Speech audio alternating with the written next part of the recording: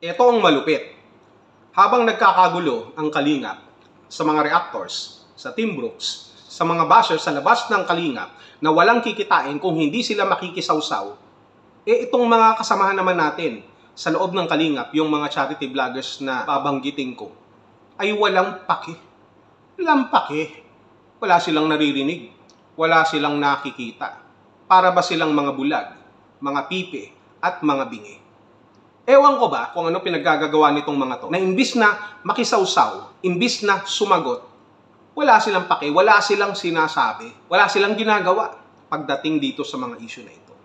Itong ating pong 5 pag-uusapan, 5 tao, 5 charity vlogger ng Kalingap, kung inyong makakasalubong sila sa daanan at hindi nyo sila kilala bilang Kalingap charity vlogger, pagkakamalan nyo po silang mga masasamang loob. Dahil kitang-kita nyo naman sa kanilang anyong panglabas na malabong mangyaring magaganda ang kanilang mga loob o ang kanilang kalooban. Sapagkat face speaks for itself. Kung baga, pag nag-apply ng trabaho itong 5 na ito, hindi po sila makakapasok kahit na skilled po sila, hindi sila matatanggap sapagkat doon sa nakalagay sa resume, sa CV, wala po silang pleasing personality. At sa panahon ngayon, ang hinahanap ngayon ng mga employer ay mayroong kang pleasing personality na wala sila. Pero ganun pa man, ito pala ang kanilang mga pinaggagawa.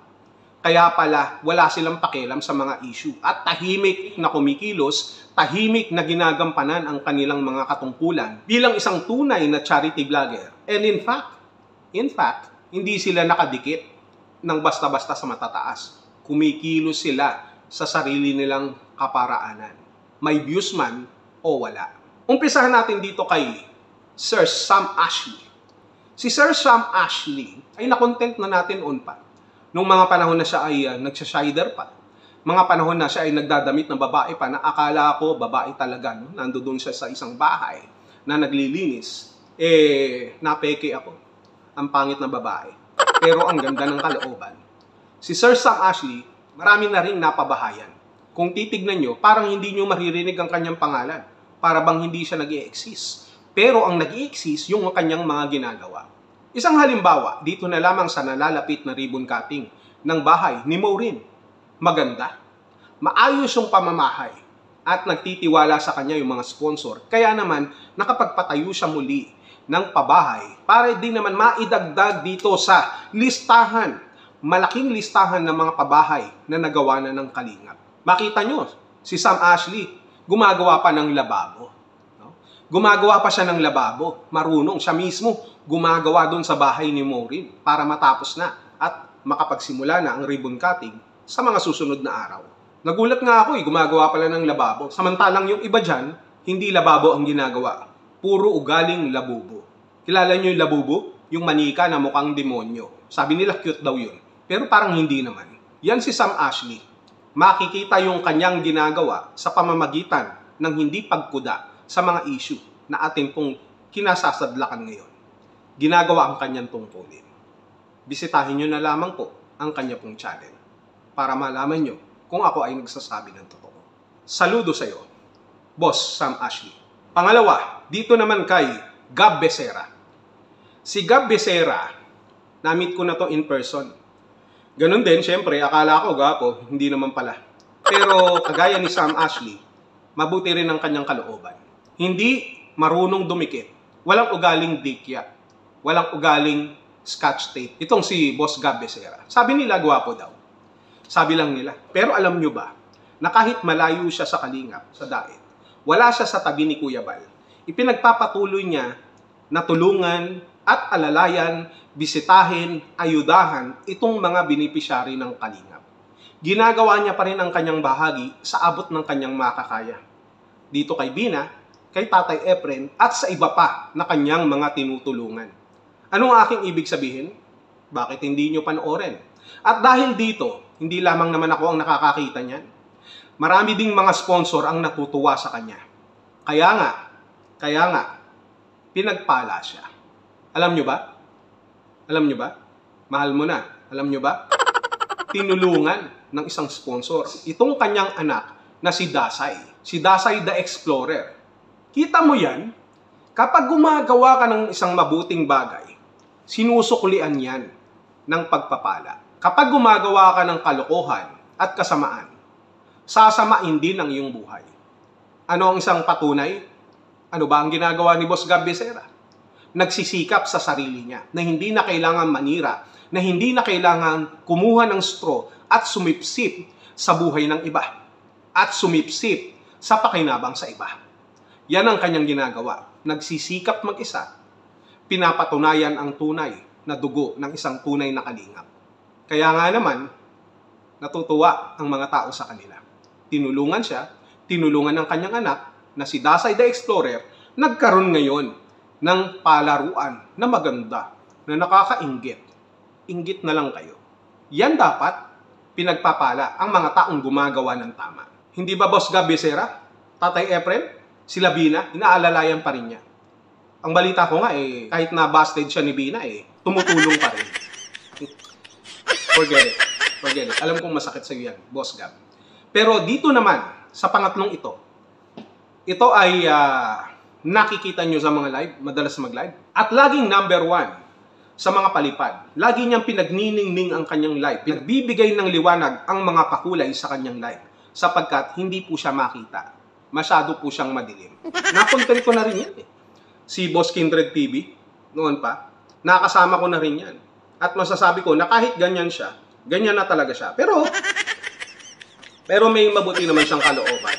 Kahit na yung kanyang muka ay medyo kasamaan. Masama, hindi ko sinabing masama. Masama lang yung tabas ng kanyang muka. Pero mabait naman. At hindi rin siya isang uri ng dikya. Gumagawa siya, nagcha-charity siya sa sarili niyang kaparaanan. Nagcha-charity siya sa kung saan-saan. Doon, Jan. Napanood nyo ba si Jan? O di ba? Yan pa lang alam nyo na kung ano ang kanyang ginawa. At inaani niya ngayon yung kanyang mga tinatanim na pagsisikap, na pagtulong sa ating mga kababayan. Kagaya nila, Jan.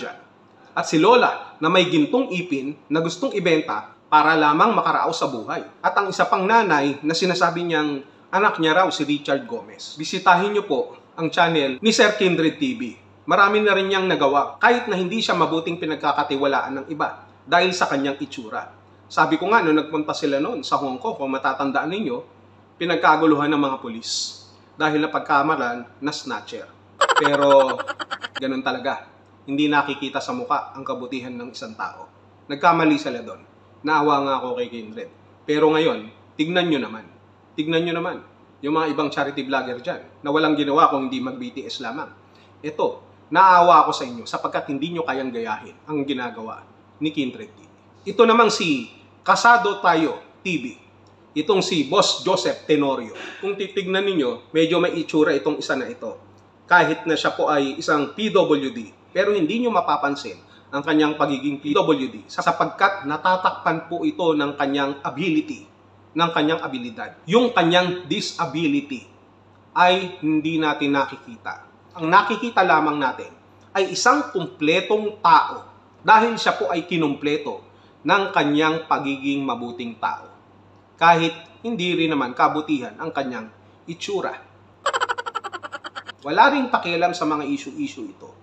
Napanood ko nga, nagre-relax yata sila doon sa isang dagat at may lumapit na mga kabataan. Isa na rito si Kyla na 13 years old na magulang na. Hindi magulang, ibig sabihin, siya po ay isa ng ganap na ina. May anak na po siya sa kanyang edad na 13.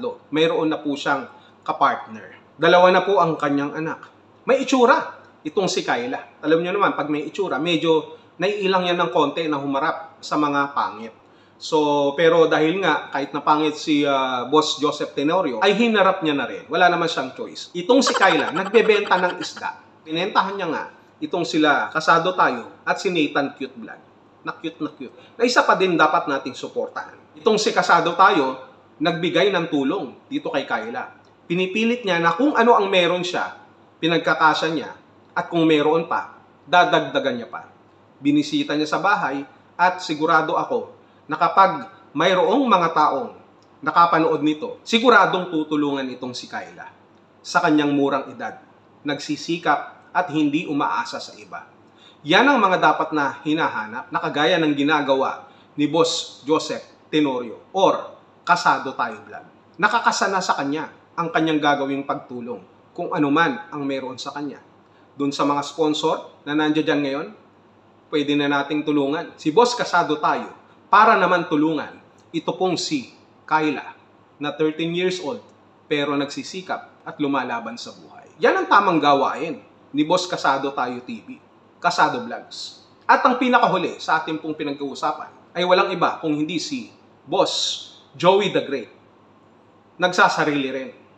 Kahit na mukhang snatcher o mukhang mandurukot, sigurado namang hindi kayo mawawalan sapagkat siya pa nga ang isa sa mga charity vloggers na hindi umaasa sa iba pero nakakapagpabahay. Kagaya na lamang dito kay Tatay Patrocino Rongañez, kung di tayo nagkakamali, at doon sa German na sundalo, no, na binigyan niya rin ng pangnegosyo at tinulungan niya rin na magkabahay. At napanood din natin ang ribbon cutting na yan, na inaalay niya rin ang bilang ng kanyang mga napatayong bahay sa bilang ng mga pabahay ng Kalingap.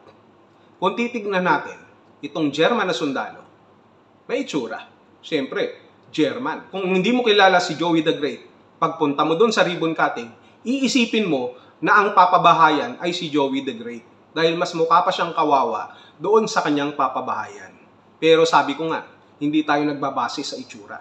Itong aking mga nabanggit ay marami nang napatunayan na hindi kailangan dumikit sa matatag na haligi para lamang may masabing pinatunayan. Sapagkat pinatunayan ng kanilang pananahimik sa mga issue na hindi sila nakikialam. Pinatunayan ang kanilang kakayanan hindi sa pamamagitan ng paggawa, ng pagsasalita, kung hindi pagpapatunay sa pamamagitan ng kanilang mga ginagawa na pagcha-charity na hindi kailangan ng mag-ingay kung hindi tahimik na gumagawa na dapat tularan ng iba.